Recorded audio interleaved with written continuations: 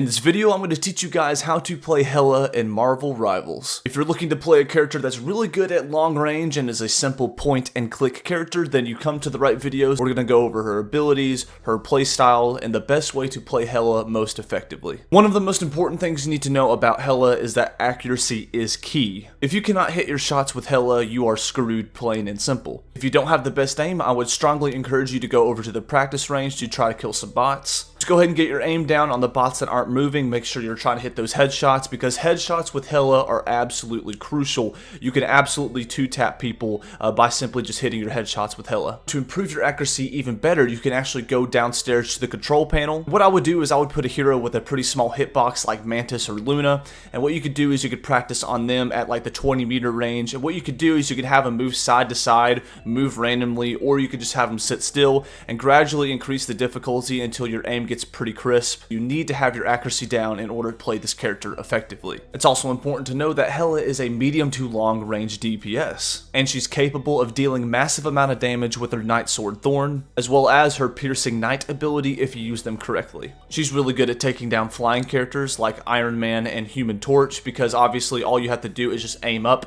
and just point and click, and if you hit the headshots you can kill them maybe within 2 shots and eliminating them right then and there. Her damage is so good that 2 headshots can eliminate a 275 HP enemy. Not only that, but she does have some defensive abilities as well that can get her out of sticky situations. With Astral Flock, you can look in a direction of where you want to go and you can transform into a crow, and for a few seconds you can glide forth, so it's really good if like a close range DPS is trying to come and kill you, you can quickly escape with the Astral Flock. Soul Drainer is useful as well, as you can project a sphere to stun nearby enemies and pull them into a blast zone. Her Piercing Knight ability is really good against vanguards, so basically it fires multiple Night Sword Thorns that detonate after a delay. So if there's a vanguard rushing towards your team, what you can do is you can use your Piercing Knight ability, throw all those thorns into them, and it's going to do quite a bit of damage, especially if you hit every single thorn on the vanguard, and then you can follow up by just doing your normal Night Sword Thorn attack and you can delete that vanguard's health. And we also can't forget her ultimate, the Goddess of Death, where she soars into the sky to unleash crows that do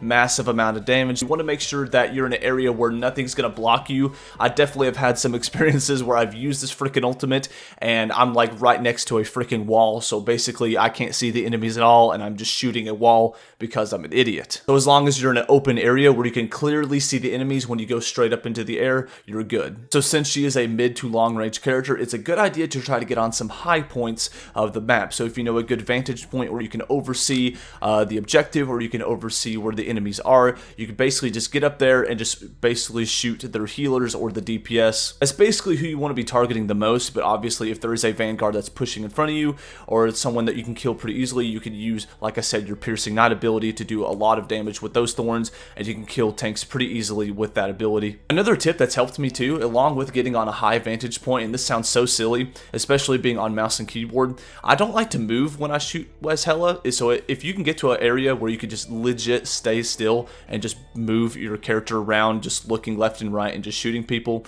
it's ideal, because obviously if you're moving while shooting, you're not going to be nearly as accurate. I also do want to mention that her main attack, the Night Sword Thorn, is a hit scan ability, so it's going to hit directly where you aim.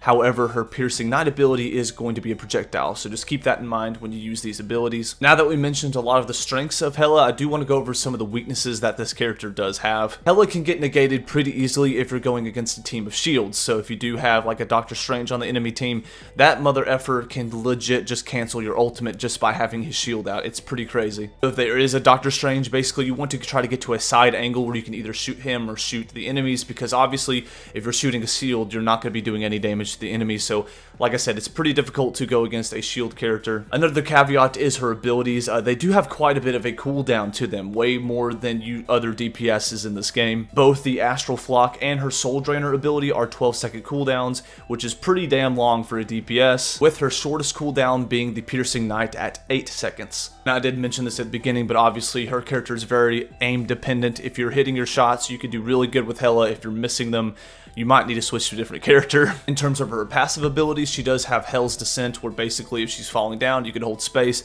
and she'll fall down slowly. She also does have another cool passive ability called Nastrand Crowstorm. After you defeat an enemy, it will generate a crow and explodes after duration, so if there's any enemies near the person you just killed, they're going to take some AoE damage as well. I've heard a lot of good about her team-up ability, Queen of Hell. When Hela lands a final hit on an enemy, she can instantly resurrect Thor and Loki in the respawn phase, or if they're both alive, she grants them bonus health. So obviously, if you have a teammate that is running Thor or Loki, it would be a good idea to run Hela too, especially if they're a friend of yours and you could use that team-up ability. I've heard it's really, really good actually. Hela does only have 275 HP, so make sure that you're not in a scenario where you can die pretty easily. You want to use your abilities like the Astral Flock, and you want to get on high advantage points to try to avoid just being taken down pretty easily. There are some strategies though, however, with using some of her abilities. Like one good strategy, if you do have your ultimate Goddess of Death, what you could do if you're already at a high vantage point, you could use your Astral Flock to go even higher into the air, and then once you get out of that ability, you can activate your ultimate, and you'll be very, very high up in the air. You'll have a great vantage point,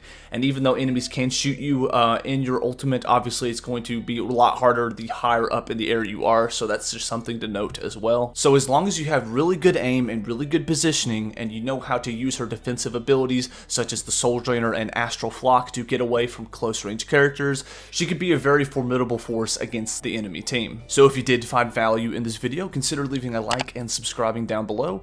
Be sure to let me know down in the comments if there's a hero that you guys want to see in the future. There's some videos on the screen if you're interested, and thank you again for watching.